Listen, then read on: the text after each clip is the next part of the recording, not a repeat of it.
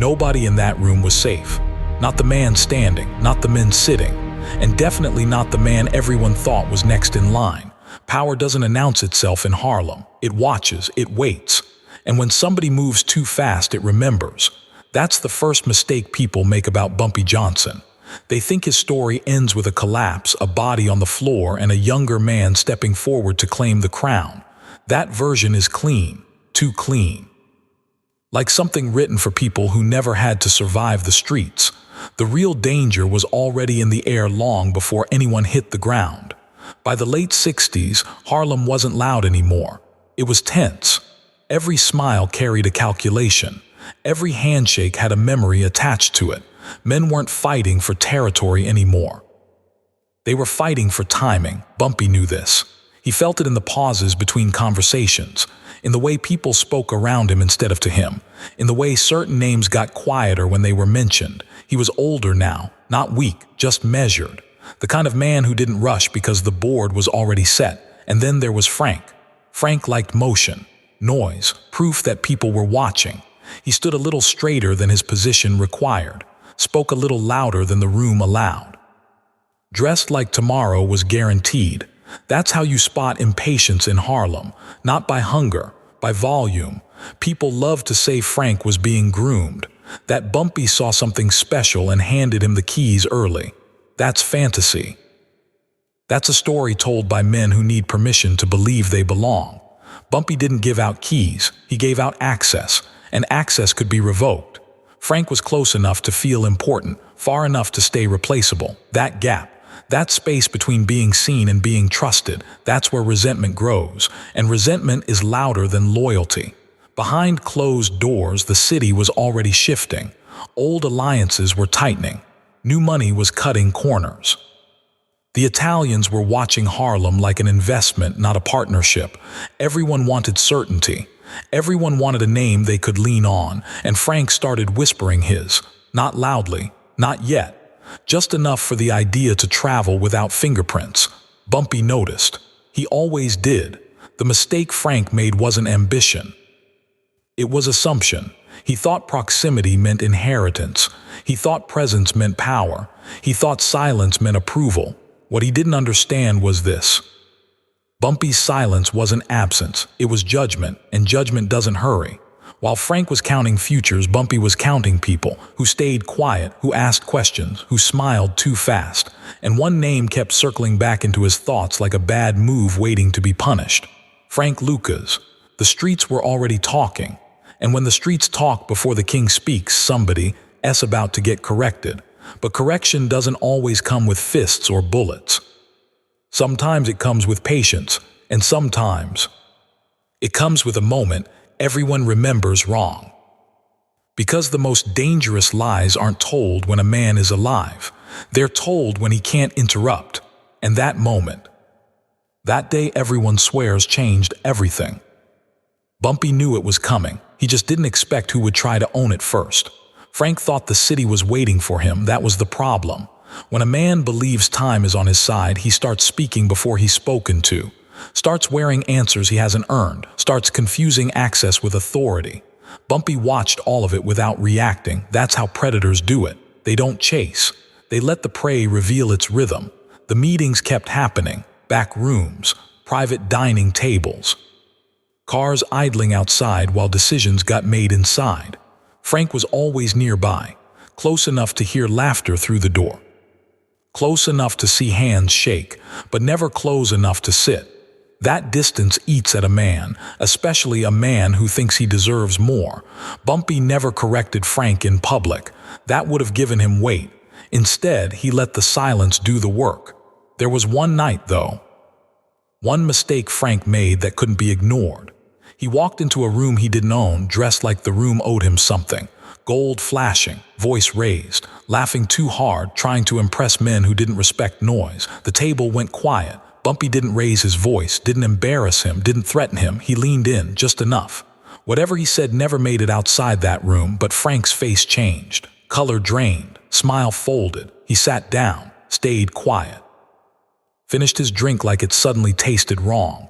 That wasn't mentorship, that was a reminder, and reminders don't fade. From that night on, Frank stopped seeing Bumpy as a ceiling. He started seeing him as a clock, ticking. Bumpy's health wasn't a secret, neither was his caution. He moved slower now, thought longer, chose peace where chaos would have been easier. Frank hated that. To him, caution looked like hesitation. Hesitation looked like weakness, and weakness looked like opportunity. So Frank began to move sideways, not openly, not yet, just conversations here, promises there, positioning himself as the man who could keep things flowing when the old rules finally broke. He didn't understand the rules hadn't broken. They'd hardened. And Harlem doesn't forgive men who plan succession while the king is still breathing. Then one morning the city woke up without its anchor. No gunshots, no drama, no witnesses hungry for attention, just a chair left empty. The real ones were there. The men who'd stood beside Bumpy long before Frank learned how to stand still. Frank wasn't one of them, but absence creates space. And space invites stories. Frank filled it fast. He told people he'd been there. He told them he'd heard last words. He told them he'd been chosen. And the lie worked. Because the truth was quiet, for a while. But Harlem remembers who was holding the room. And who was holding the door. And somewhere, behind closed curtains and careful grief, someone who knew every truth was still listening, waiting. Because lies spread quickly in the dark. But they die the moment light decides to show up. Frank didn't rush into the throne, he slid toward it. That's how you survive the first weeks after a king disappears. You don't grab power, you let people hand it to you because they're nervous. Harlem was nervous. Phones rang without answers. Old debts resurfaced. New faces started asking old questions. Everybody wanted to know who was speaking for Harlem now. Frank made sure his name came up early. He spoke with confidence, with familiarity. Like a man continuing a conversation that never stopped. He told people Bumpy trusted him, that Bumpy leaned on him when decisions got heavy, that certain arrangements were already in place. No paperwork, no witnesses who talked, just certainty in his voice. And certainty is contagious. The Italians didn't care about sentiment, they cared about flow, money, stability. Frank promised both. Young hustlers bought the story instantly. They wanted a future that looked expensive. They wanted permission to dream big without learning patience. Frank gave them that dream, but there were others watching him carefully. Men who didn't need legends. Men who remembered where everyone stood when it actually mattered. They noticed something strange. Frank knew stories. But not details. He knew outcomes, not processes. He knew names, not reasons. He knew what Bumpy had, but not how he kept it. That's dangerous. Because power isn't inherited by proximity. It's inherited by understanding. And Frank was skipping steps. Still, the lie kept growing. Magazines called. Writers listened. Hollywood sniffed around. Frank talked. He talked like a man finally being seen. Like a man making up for a lifetime of waiting outside doors. And while he was talking, someone else was remembering. She remembered who came home tired, who spoke softly at the table, who complained about noise, about ego, about men who didn't know when to shut up. She remembered Frank standing too close, listening too hard, watching the walls like he was measuring them. She remembered Bumpy's face when Frank left the room. That look wasn't pride, it was concern. Time passed. Frank's legend got bigger. Bumpy's voice stayed silent, and silence can be mistaken for surrender. Until it is, because truth doesn't chase lies, it lets them build. It lets them get comfortable. Let them get celebrated, and then it picks its moment. Frank didn't know that moment had already been chosen. He thought the story was finished, thought the ending was locked.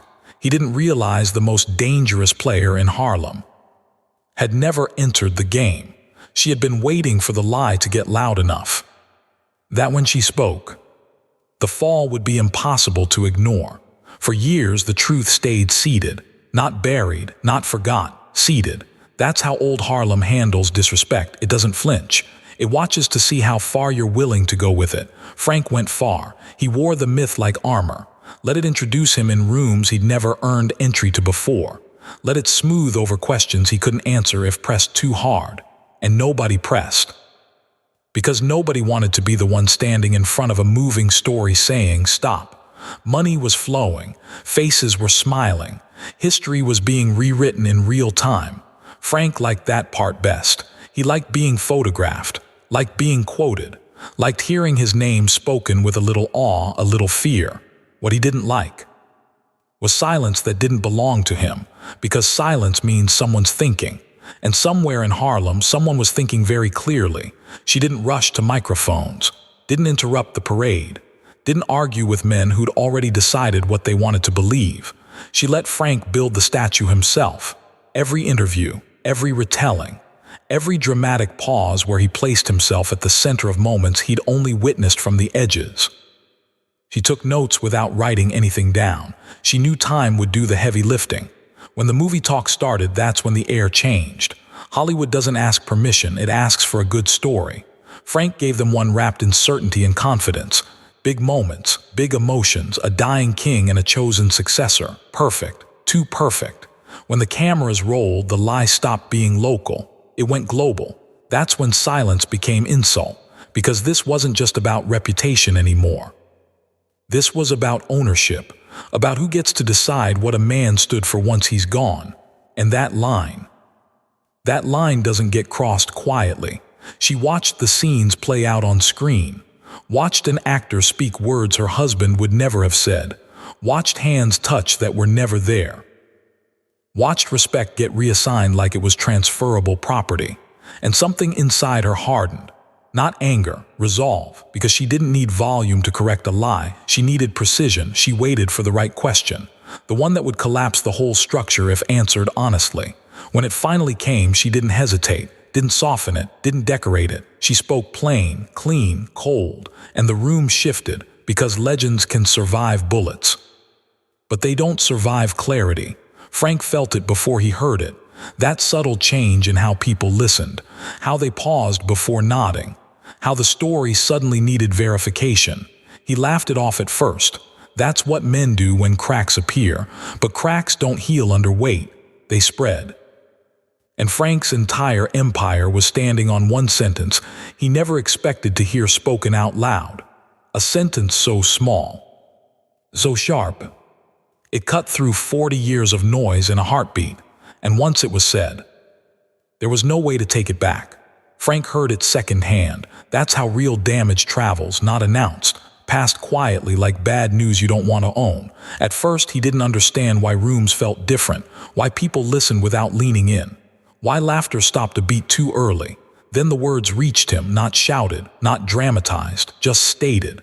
And suddenly, 40 years of posture had nowhere to stand. Because the thing about myths is this: they rely on agreement. Once agreement cracks, the whole shape starts wobbling. Frank tried to outpace it. More interviews, more smiling, more certainty. But certainty only works when it isn't questioned. And now, people were asking, not loudly, just enough. They started revisiting timelines, asking where certain men really were when certain things happened, asking who actually sat at which table. Men who'd stayed quiet for decades suddenly found their memory sharpened, not because they loved truth, but because they hated being written out.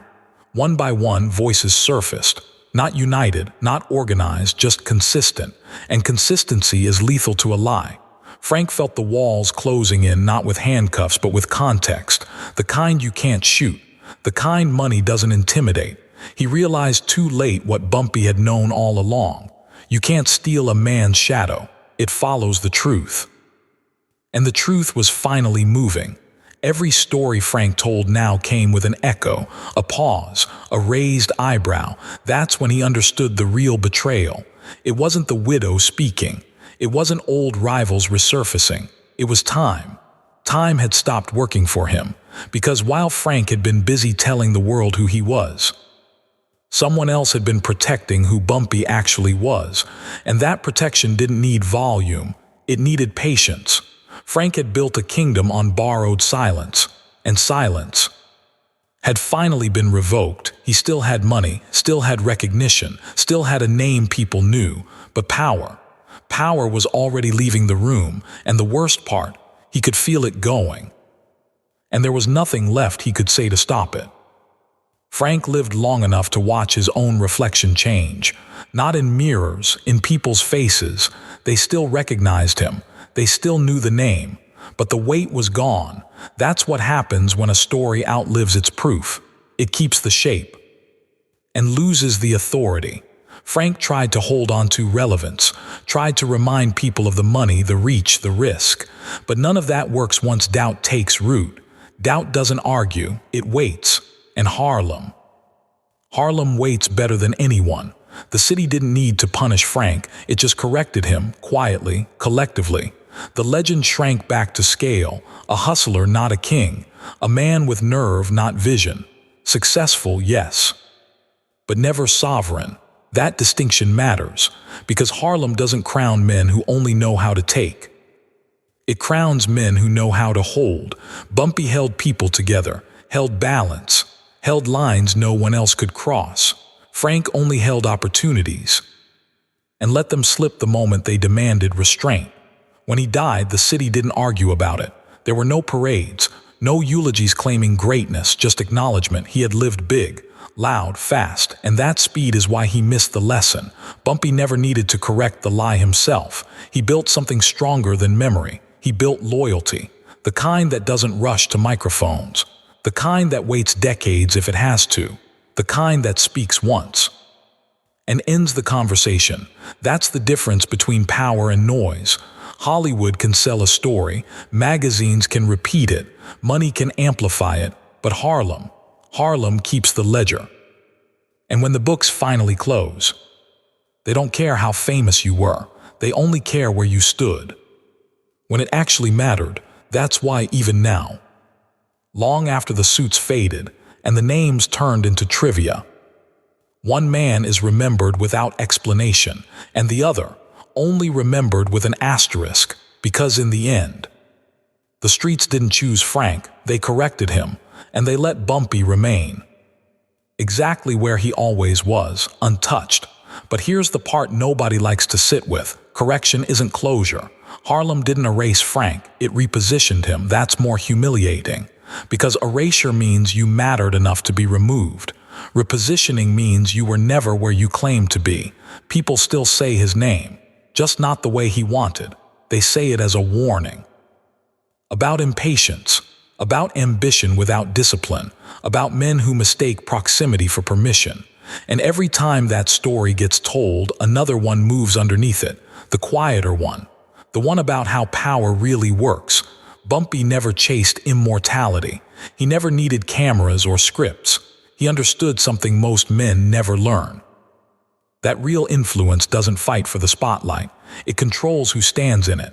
That's why his presence outlived his pulse. That's why a single sentence spoken decades later carried more weight than a lifetime of interviews. And that sentence, it didn't just dismantle Frank's myth. It reminded everyone else of the rules that never changed, rules that never forgive. Harlem still watches men closely, still measures who talks too much, still notices who moves before the room allows it, because the city has learned something expensive. The most dangerous lies don't come from enemies. They come from people close enough to observe, but not close enough to belong. And those people always think they have time until they don't. Somewhere tonight, a young man is watching someone powerful, listening, learning the wrong lesson, thinking silence means approval, thinking patience is weakness, thinking the crown is vacant just because the king isn't speaking. That's how this cycle starts again. And Harlem is already watching him too, because the game never ends. It only waits for the next man to misread the board. Here's the danger nobody names. The lie didn't just elevate Frank. It taught the wrong people the wrong rules. It told them that if you talk long enough, loud enough, history will bend. That patience is optional. That proximity can be edited into power. That lesson is poison, because Harlem isn't fooled by volume. It's fooled by discipline. Bumpy understood that influence is something you leave behind on purpose, not something you grab on the way out. That's why even now, deals still get measured against his shadow. Why men still lower their voices when his name comes up. Why certain lines never get crossed, even when nobody's enforcing them. Frank never learned that part. He learned movement. He learned appetite. He learned how to take advantage of silence without understanding why the silence was there. And that's the real warning buried in all this. The streets don't punish the lie immediately. They let it breathe. They let it grow confident because the fall is heavier that way. Somewhere right now, someone is building a story about themselves, polishing it, practicing it, waiting for the right moment to step forward and claim a space they didn't earn. They think the city is distracted. They think the old rules are tired. They think history can't reach out and touch them anymore.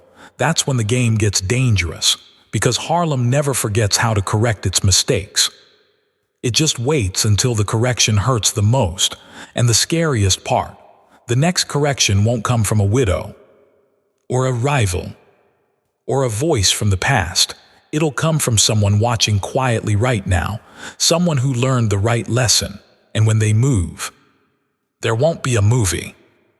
There won't be interviews, just a sudden understanding too late that the board was never empty and the king never left.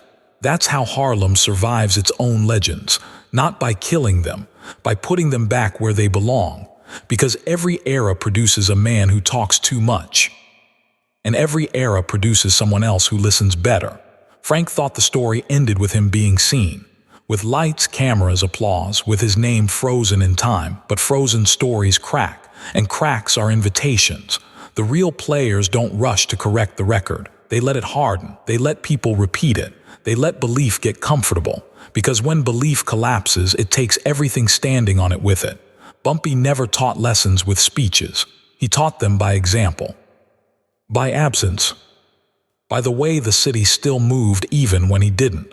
That's the kind of power you can't counterfeit. You either have it, or you spend your life pretending you do. Frank spent his last years surrounded by proof of success, and haunted by the thing he could never steal. Legitimacy, not legal legitimacy, street legitimacy. The kind that doesn't come from money or fear or fame. It comes from restraint, from knowing when not to speak, when not to move, when to let the board play itself. And somewhere deep down, Frank knew it. That's the tragedy nobody puts on screen. He wasn't destroyed by enemies. He wasn't crushed by rivals. He wasn't undone by the law. He was undone by comparison, by standing too close to a man who never needed to prove anything. And that's the final danger in this story. Because comparison doesn't die with the people involved. It gets inherited. Someone listening to this right now is asking themselves a question they shouldn't be asking yet. Am I next? That question has ruined more men than gunfire ever did. Because the moment you ask it, you've already stepped out of position. And Harlem is watching to see who moves next and who waits. The final move was never dramatic. No shots, no headlines, no last speech. That's what makes it lethal. Years after the noise died down, Harlem settled into something familiar, balanced, alert, alive. New faces came up, old names faded. Money kept moving like it always does, but one thing stayed fixed: how power was measured, not by who claimed it, by who never had to. Bumpy's name didn't need defending anymore. It defended itself in how disputes were handled, in how respect was given before it was demanded, in how men learned quietly what not to do. Frank became a reference point, not a model, a caution. He talked too much. He moved too fast. He mistook the hallway for the table. That's how the story gets passed now.